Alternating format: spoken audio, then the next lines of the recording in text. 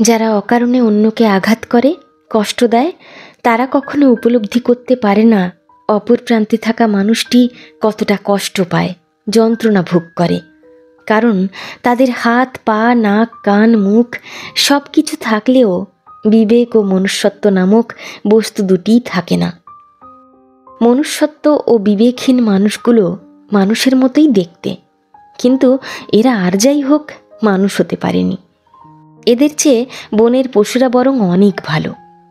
একজন অন্যজনের ব্যথায় ব্যথিত হয়, একজন অন্যজনের সুখ দুঃখের সঙ্গী হয়, কিন্তু বহুরূপী মুখোশ পরা এসব মানুষরূপীরা কখনোই তা করে না। শুনেছি নিজের ভালো পাগলেও বোঝে, কিন্তু স্বার্থপর এসব নামের মানুষগুলোকে দেখে জানলাম কেউ কেউ নিজের ভালো 16 আনা বুঝলেও পরেরটা 1 আনাও বোঝে না। এদের কাছে নিজের ভালো থাকাটাই সব। এরা নিজে ভালো থাকার জন্য অন্যের ভালো থাকা কেড়ে নিতে দুবারও ভাবে না। মনে রাখবেন, বিবেক ও মনুষ্যত্বহীন মানুষগুলোর কাছ থেকে আপনি আর যাই হোক কখনো কোনো কিছুর আশা কিংবা প্রত্যাশা রাখতে যাবেন না। রাখবেন তো আরও ভুগবেন।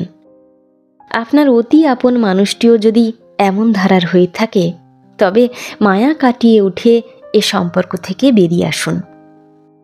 প্রয়োজনে একা থাকুন, তবু বিবেক ও মনুষ্যত্বহীন মানুষের সাথে থাকতে যাবেন না।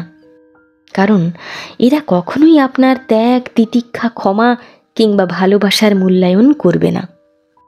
এদের জন্য যত করবেন তত দোষের ভাগী হবেন। তাই সময় থাকতে এসব মানুষের সঙ্গ ছাড়ুন।